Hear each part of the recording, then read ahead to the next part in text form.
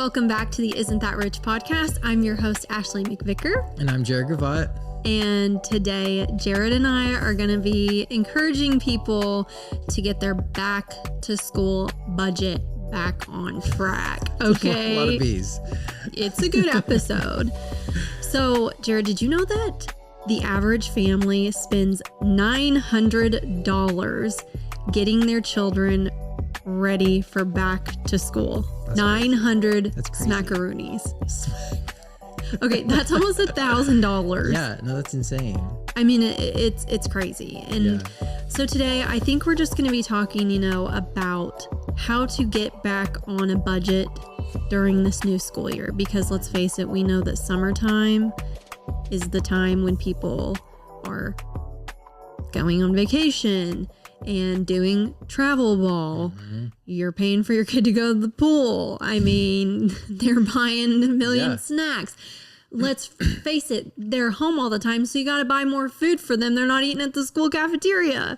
That's true. Yeah. That's a good point. I think that summertime is a big time for people to spend money, which is fine. You're making memories with your family, and that's great. Mm-hmm.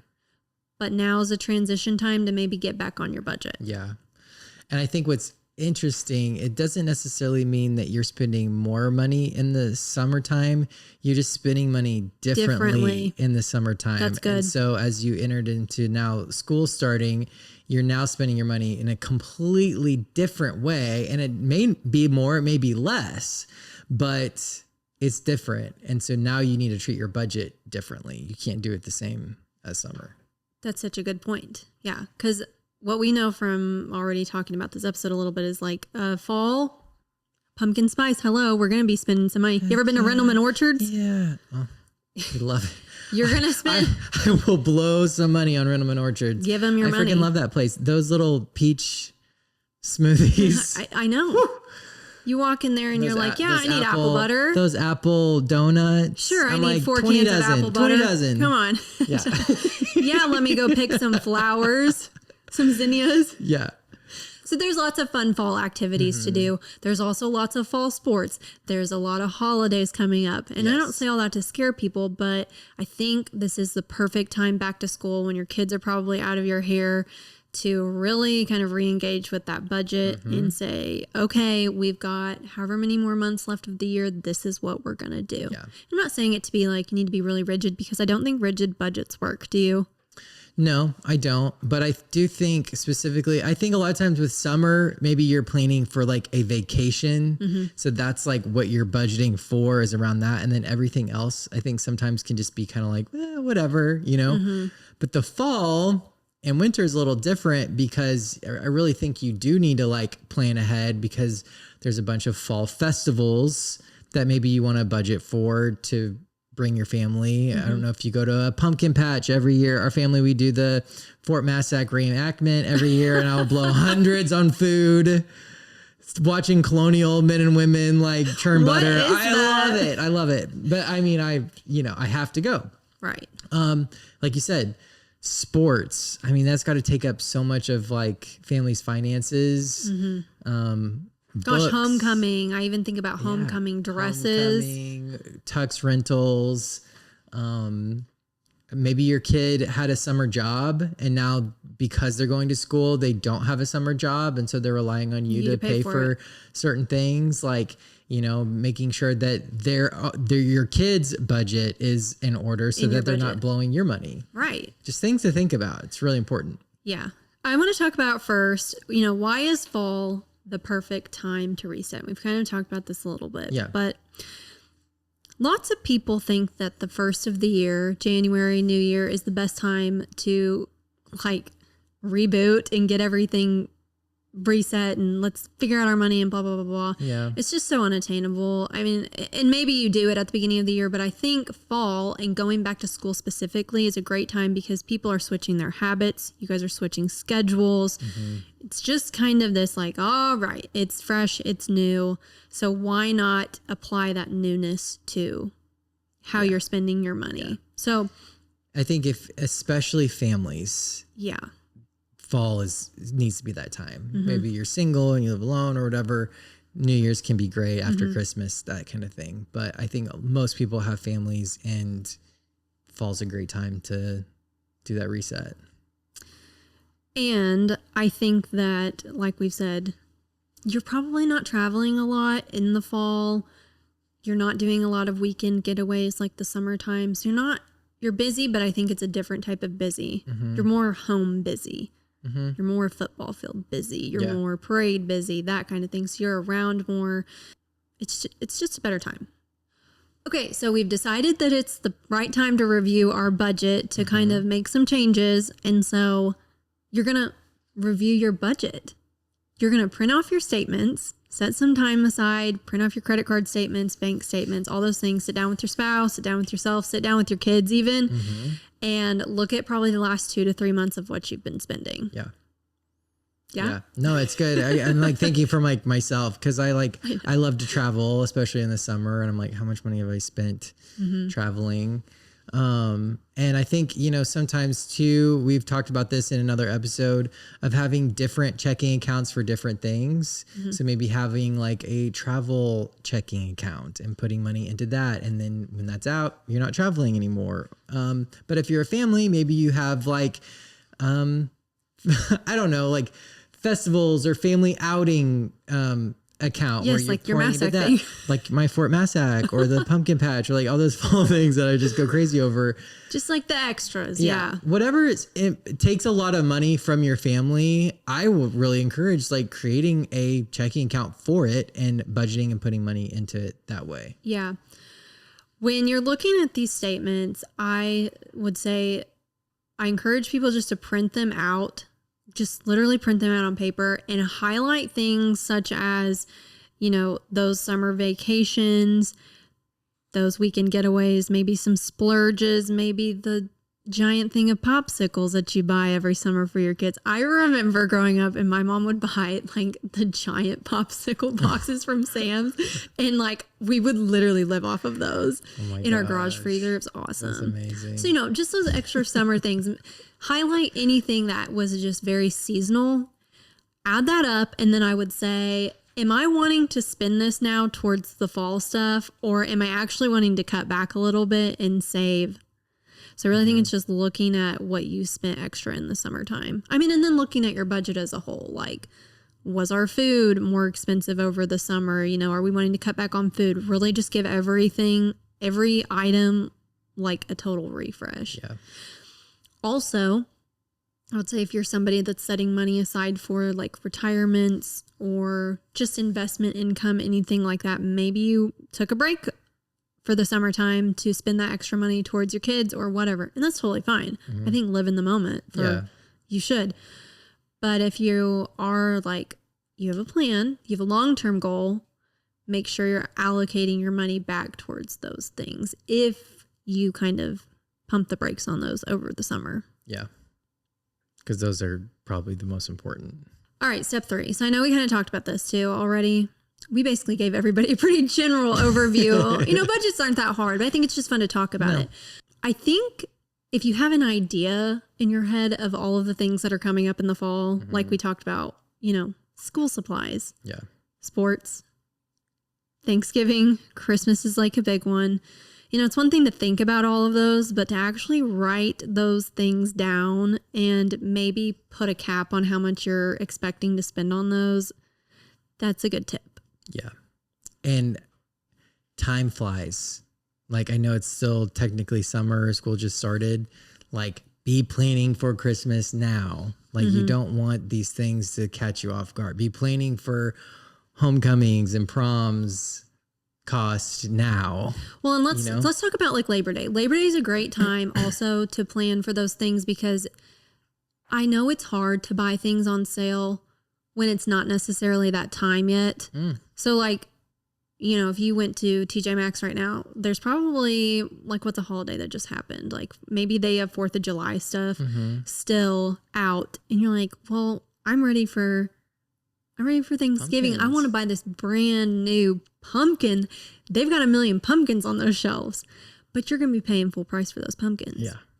So I think if you can shift some things in the fall time, like, okay, I know that I want And decorations are definitely an extra. I'm just using them as an example to buy things on sale. Yeah. Is definitely after the holidays, right? After the holiday has passed. Well, like, you know, you wanted to buy outdoor furniture, and I'm like, Ashley, if you just wait I know till the end of the season, you'll get really nice outdoor furniture for super cheap.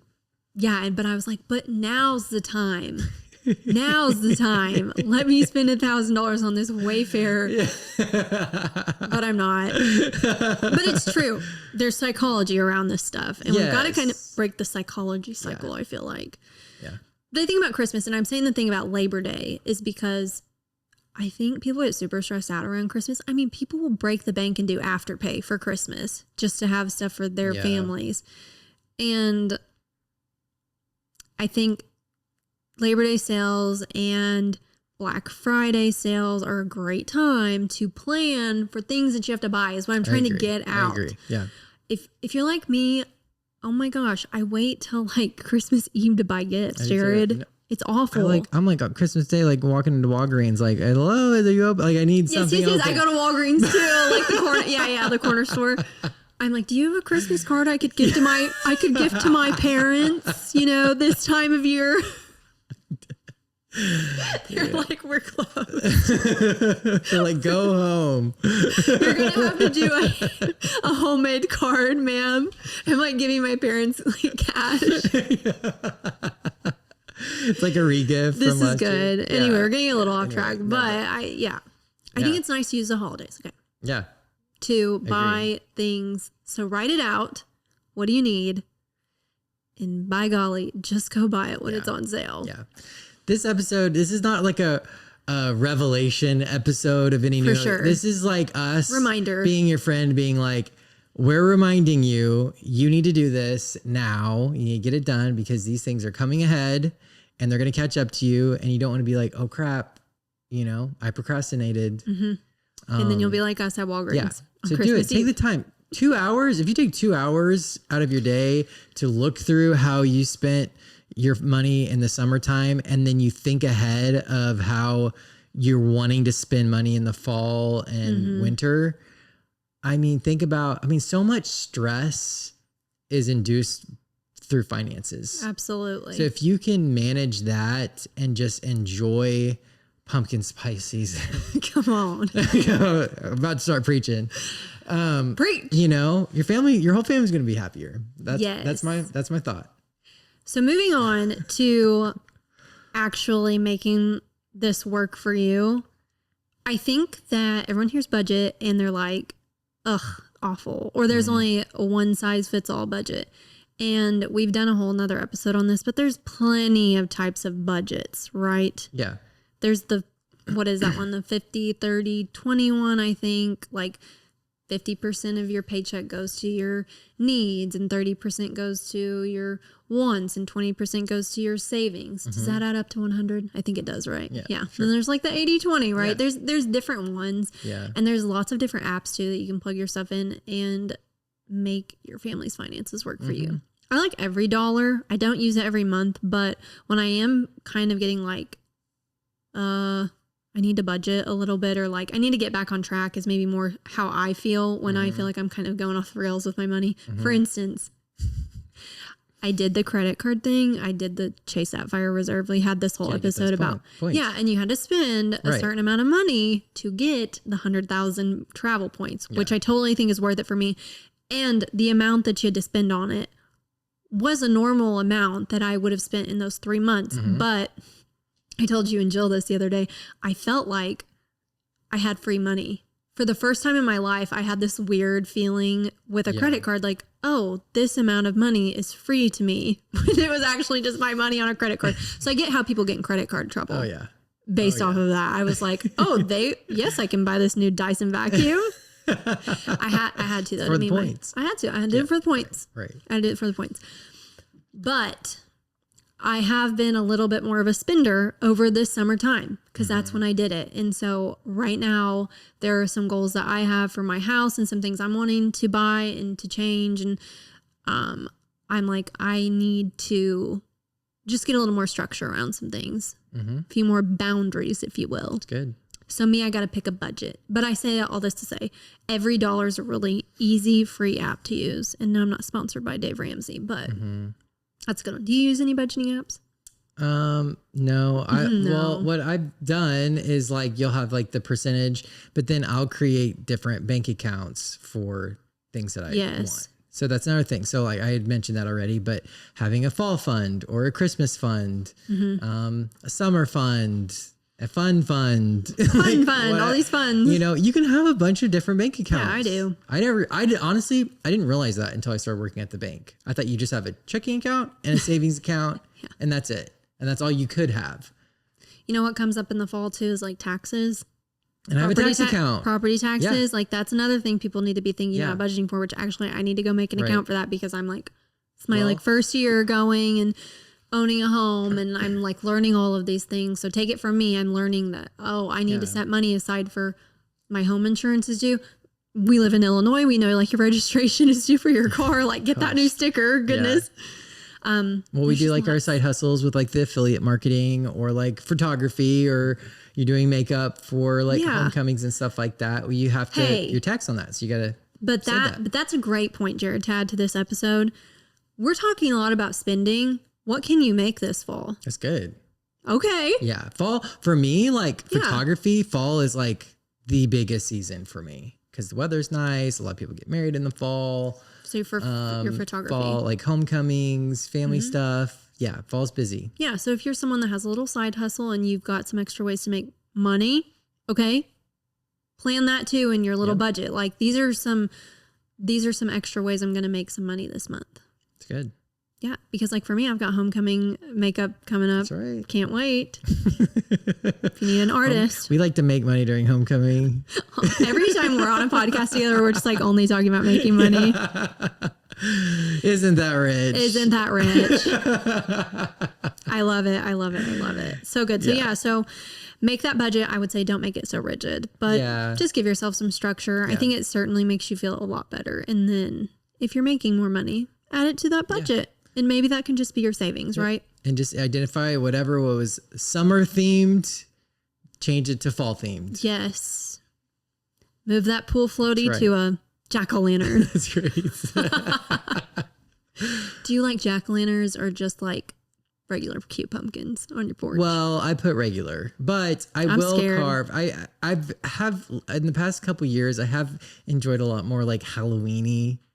Like stuff. I actually started liking Halloween. I love it. Too. Like even at Sam's Club, they got like the ghosts and stuff. And they jump out at you at Sam's Club. Yeah, they're like 20 feet tall, skeletons jumping out. I did buy a pumpkin carving kit. Oh, okay. So if I'm feeling artistic, I'll carve out.